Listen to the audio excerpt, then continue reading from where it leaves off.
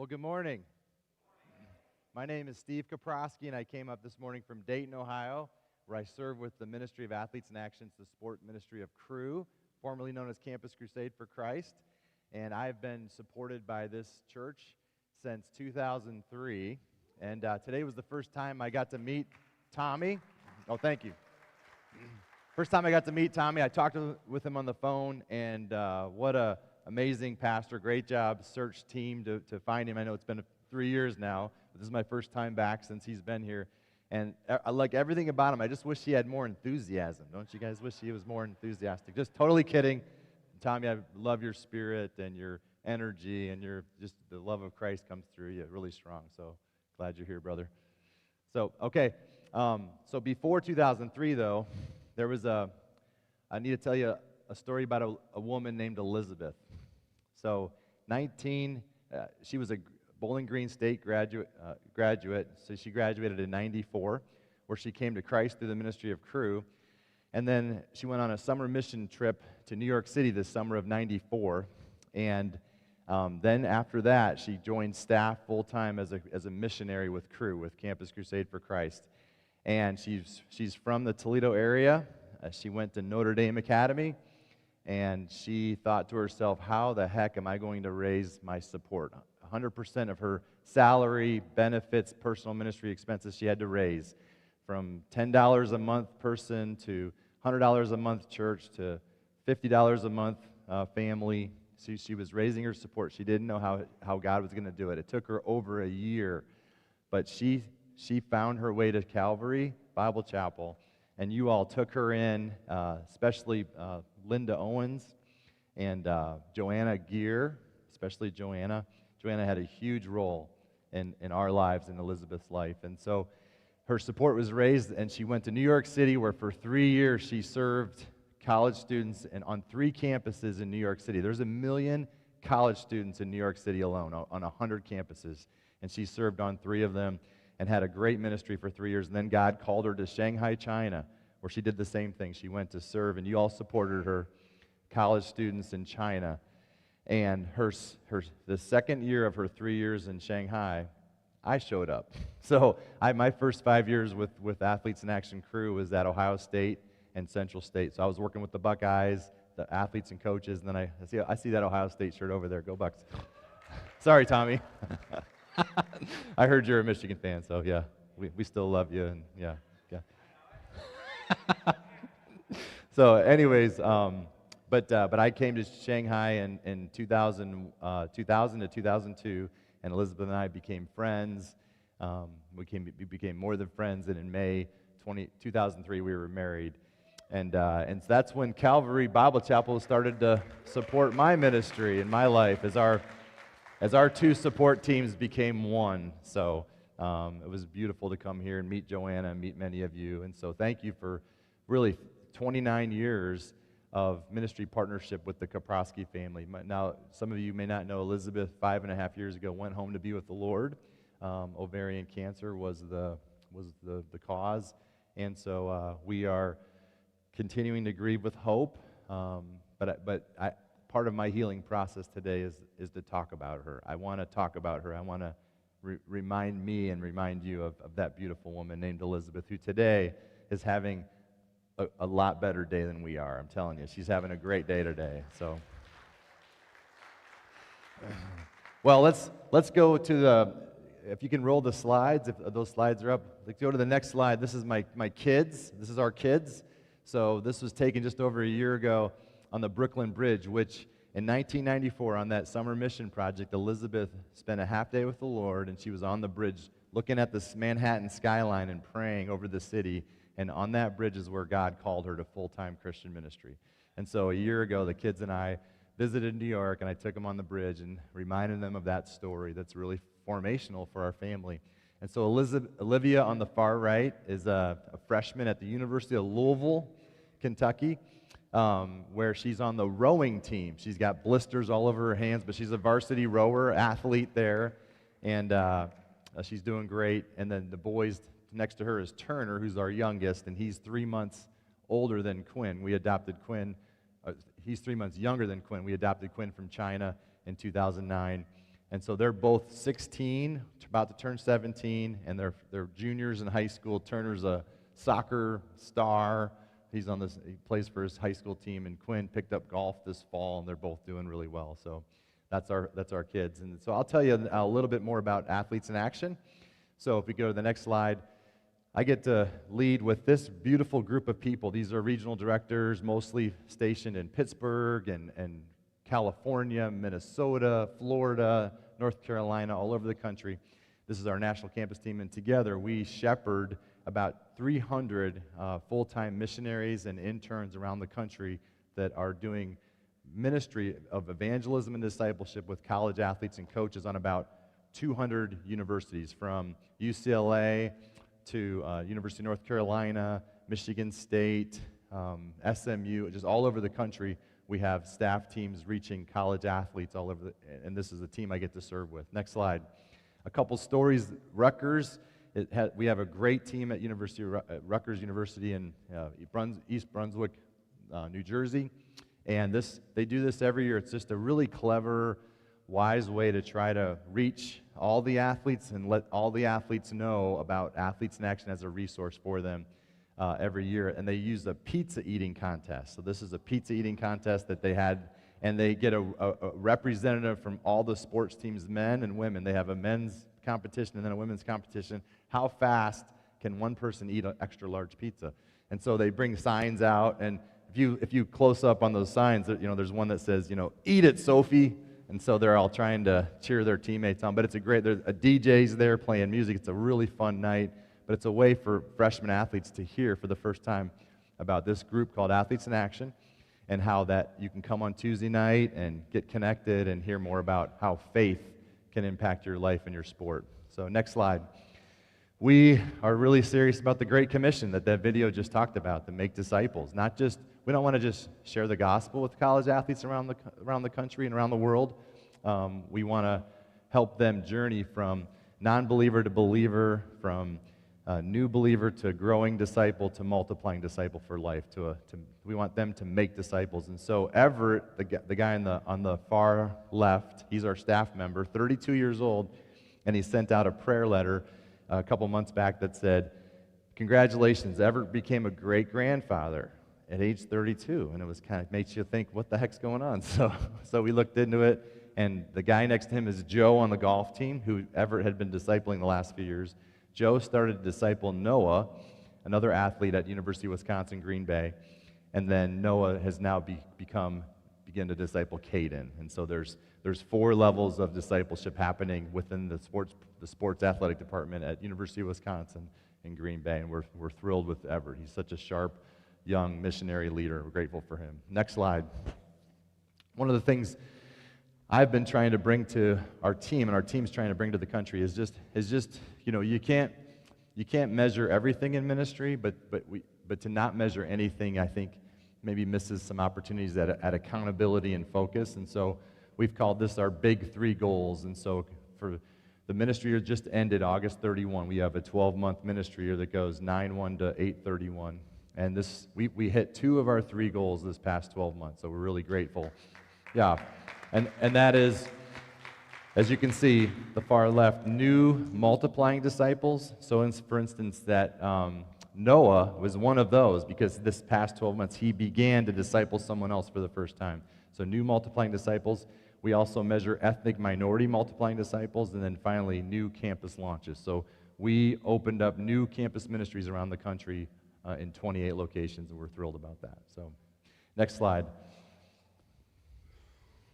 So yeah, and then one of our focus points moving forward is these 3 priority launch location cities. And we didn't plan it this way, but all 3 of these cities end in the word city. New York City, Salt Lake City, Oklahoma City.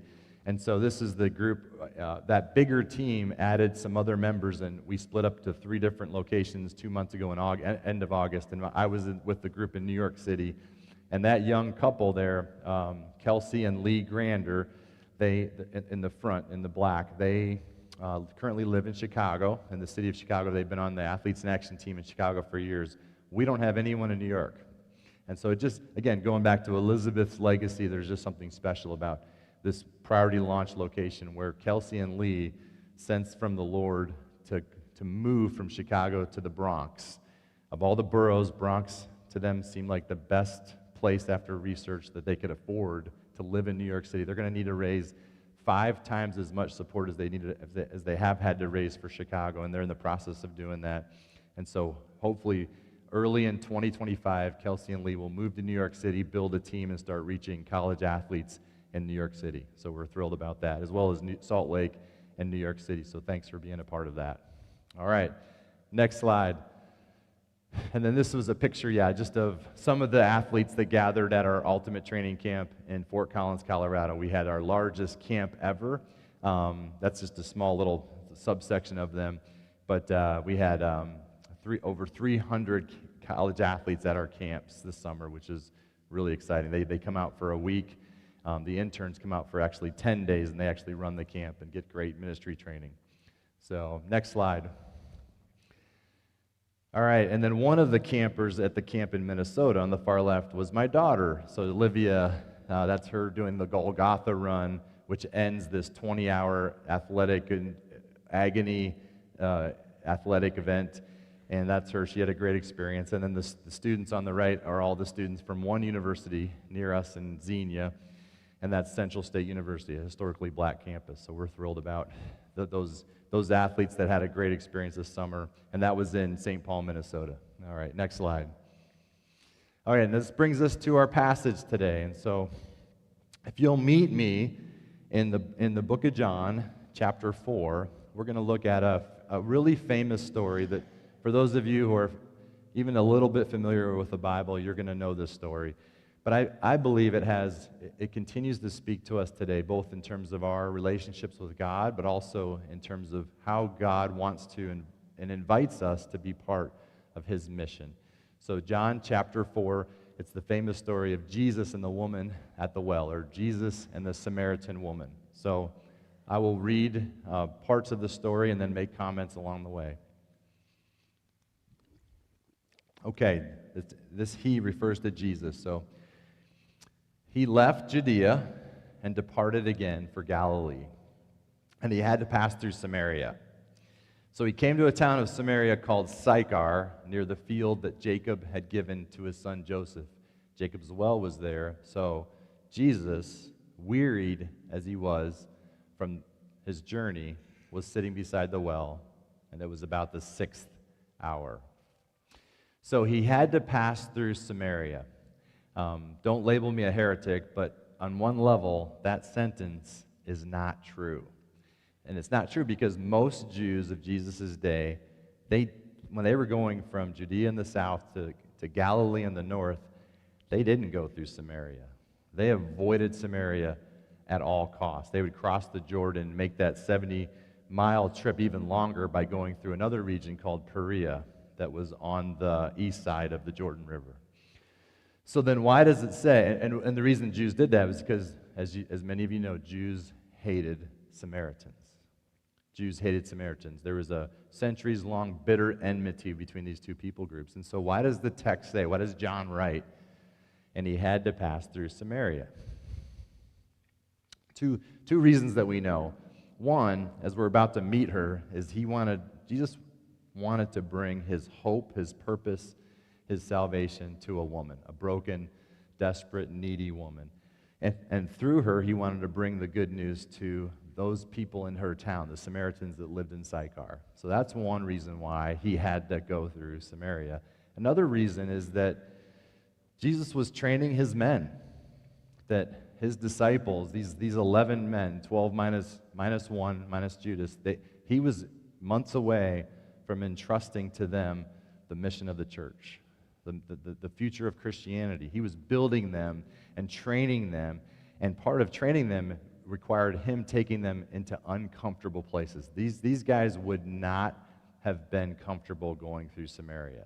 They probably freaked out when Jesus' path went towards Samaria and not the normal path across the river into Perea to avoid Samaria. And so Jesus was training his men. He was preparing them to take the gospel not just to all the people in the Jewish nation in Israel, but to all nations, including the nations that were enemies to the Jews.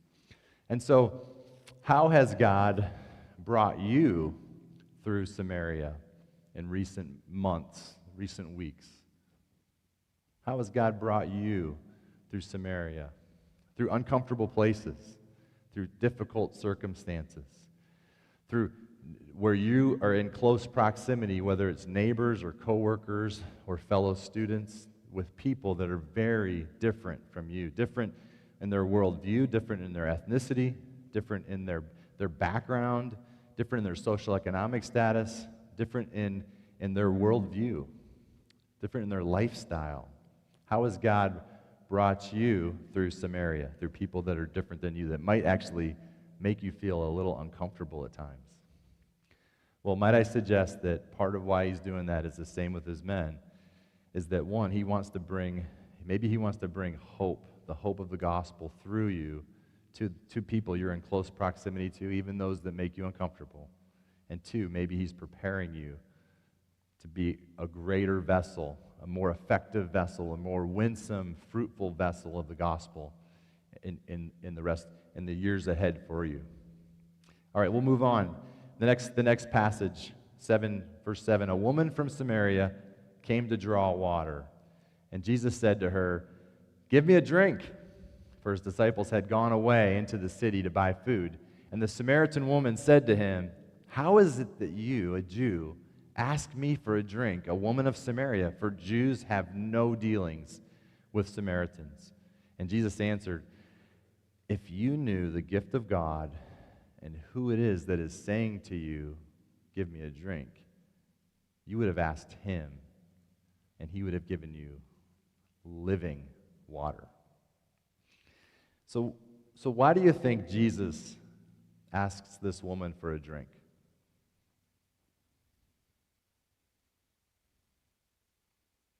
I think it's because he was thirsty.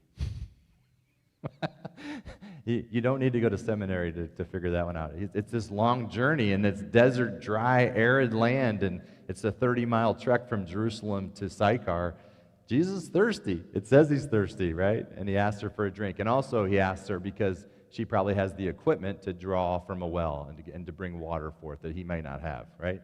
So he's in need. He's thirsty.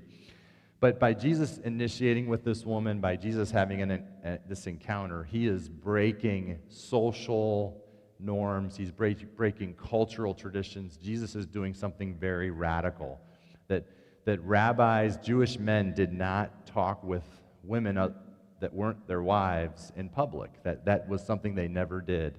And two, you would never initiate with a Samaritan if you were a Jewish person. So Jesus does something radical here, which grants her incredible honor and distinction and dignity. So, question for us: as you minister to others, do you share with them your needs as well and ask them to maybe be part of helping your needs get met? By Jesus asking her for a drink, by Jesus being vulnerable with her and sharing his need with her, it really empowers her. It helps him go from one up, one down to making the relationship more mutual.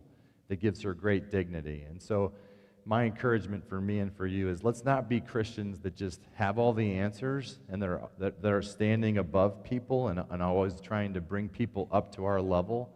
Let's be mutual. Let's be mutual with those that we serve. Let's share the gospel. Let's tell people about Jesus. But let's also share our needs and our brokenness and our hurts and the things that we need. So share the gospel, and if you're thirsty, ask for a drink of water, right? Just like Jesus did, which is beautiful. Okay, moving on. The next passage, part of the story.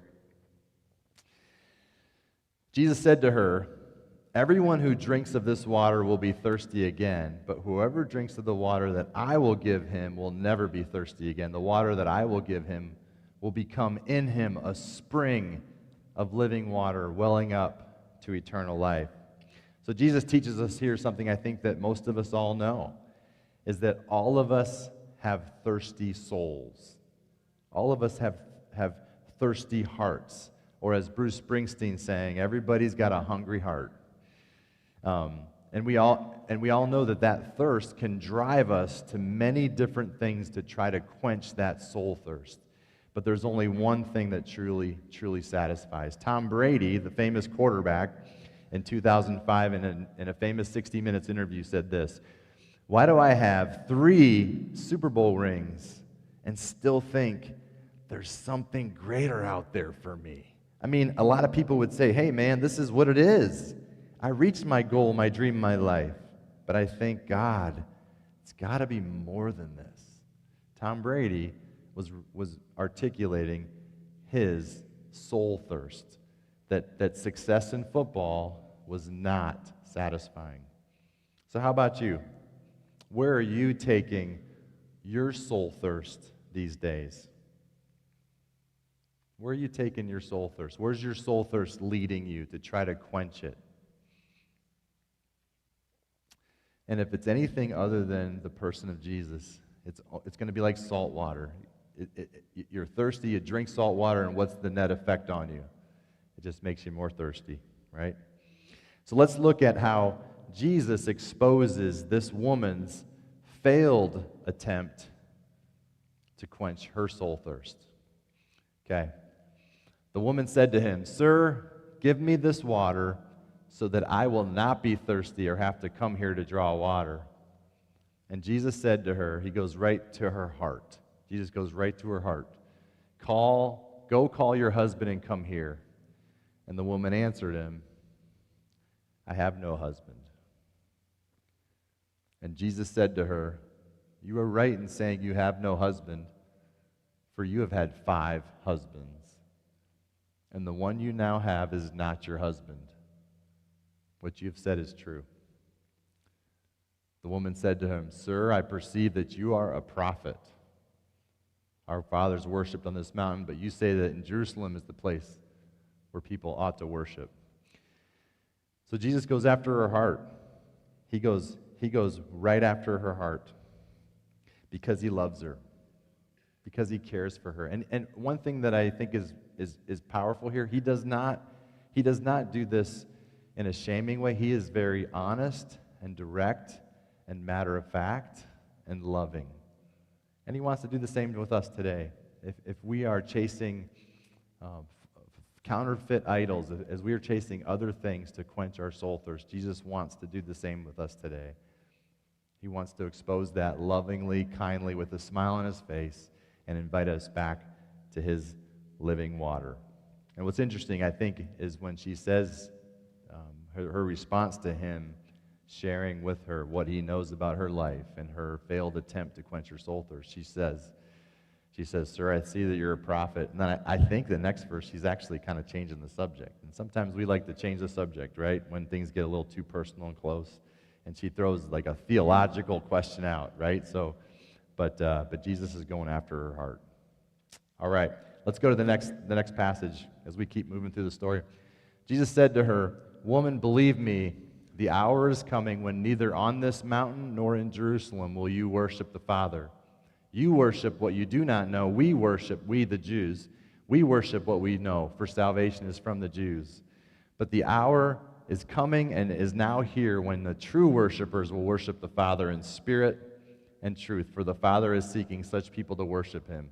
God is spirit, and those who worship him must worship in spirit and truth." The woman said to him, "I know that Messiah is coming, who is called Christ. When he comes, he will tell us all things." Jesus said to her, "I who speak to you am he." This is beautiful. There's so much to unpack in this passage, but for time, we're just going to look at one part of it. But going back to the beginning of the story, it said in verse 6 that it was the 6th hour when the woman arrived at the well. The 6th hour meant it was noon. It was the heat of the day, and she's there with her equipment to draw water from the well by herself. The women of Sychar would have always go to the well in community with each other. They come in the morning, they come in the evening, in the cool of the day together. Why is she there by herself at the heat of the day? It's because she's rejected from her people, because of her lifestyle, because everyone knows who this woman is, because of her choices, because of her running to other things, to men, to satisfy her soul thirst. So she's rejected even by her own people. She's hated by the Jews because she's a Samaritan, and she's rejected by her own people. And yet, Jesus chooses her. We believe this is the first time Jesus directly and clearly, verbally reveals to himself, to someone else, his identity as Messiah. He's been hinting at it. He's been sort of pointing towards it. This is the first time we believe that he clearly, directly, verbally reveals himself as the Christ. And he does it to who? To this broken, desperate, rejected, hated Samaritan woman who the Jews despise. He chooses her. God's kingdom is an upside-down kingdom. God's ways are not our ways. He bestows on her incredible worth, incredible dignity, and I'm so glad that God uses the weak things of the world to confound the strong, and the foolish things of the world to confound the wise. That God's kingdom is an upside-down kingdom, and it challenges me as I think about how I view people and how the systems of men are flipped upside down by Jesus, and I love that. All right, moving on as we close in on the end of the story here. So the woman left her water jar and went away into town and said to the people, "Come see a man who told me all that I ever did. Can this be the Christ?" They went out of the town and were coming to him. I am so challenged by this Samaritan woman. I'm so challenged by her. That these same people that rejected her, that wouldn't walk with her to the well, that isolated her and shamed her, she had the love and the courage to go to them, to tell them about this man that she encountered, to tell them about Jesus. Isn't that beautiful? I love that. And then verse 35, the fields are white for harvest. It says, do you not say, there are yet 4 months, then comes harvest. Look, I tell you, lift up your eyes and see that the fields are white for harvest. Look, lift up your eyes and see. Look, lift up your eyes and see. Do you see white fields in Toledo? Do you see white fields in your neighborhoods, at your places of work, at your schools? One thing I love about this church is you've seen white fields here, and you've seen white fields all around the world for decades, at least the 3 decades I've been a part of this church. That's why you sent Elizabeth and then me to China. It's because you saw white fields for us there, and we believed they were white, and they were. That just in the last couple weeks, I've heard stories from Boise State, our staff at Boise State, our staff at University of Connecticut, our staff in Portland, Oregon, of college athletes, 18, 19, 20-year-olds, coming to Jesus for the first time because of the Athletes in Action ministry you support. This couple right here, next slide, this is Brennan and Nikki Byers. Tommy, you'll like this. Brennan was a football player at the University of Michigan, played a few years in the NFL with the Ravens. They now live, they moved to China as cross-cultural missionaries long-term, and then when China kicked everyone out after COVID, they didn't let anyone back in after COVID started. They said, okay, Lord, where's next? And so now they're in a country in Central Asia that the last 4 letters are Stan. And I can't tell you which country they're in, but they've been there for 3 years. They have 3 kids now.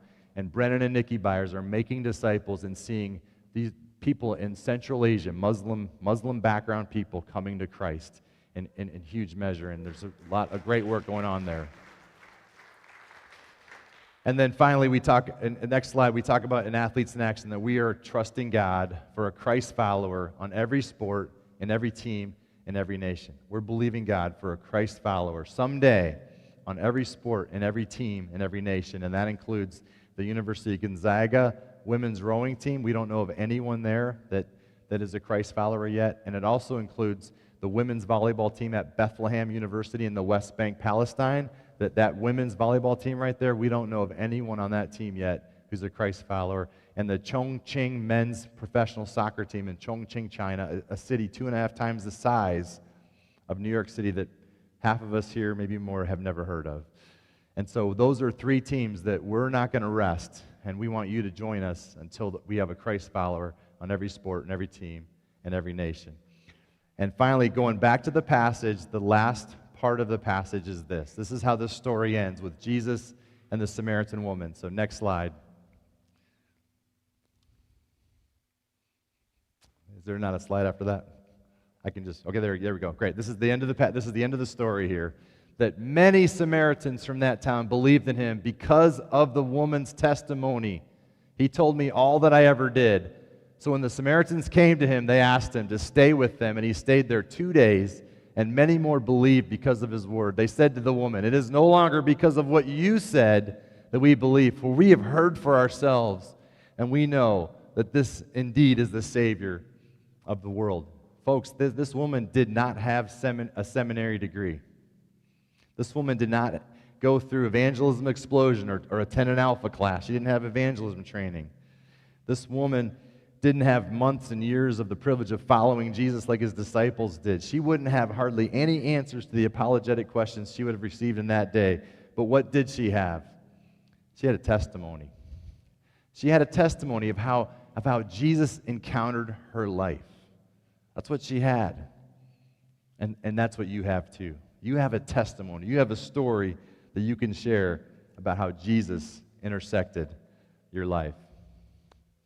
All right, as we close, just some reminders from the passage is this. 1, embrace Samaria.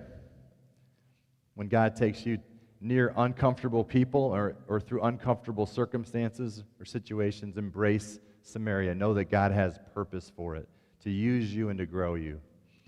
2, share the gospel and your needs. If you're sharing Christ with someone and you're thirsty, ask them for a drink, right? A drink of water. 3, run to Jesus with your soul thirst. We all have soul thirst. Run to Jesus with your soul thirst. 4, look, lift up your eyes, and see the white fields around you, that the harvest is plentiful. The workers are few. Be one of the workers who's willing to initiate a spiritual conversation with someone. To just ask someone else, hey, just out of curiosity, I was just wondering where you might be these days on your spiritual journey. I was just wondering where you might be these days on your spiritual journey. Ask that one question, see what God does. If the door opens, step through and share your testimony. If the door doesn't open, what have you lost? I was just wondering where you might be these days on your spiritual journey. Ask that question.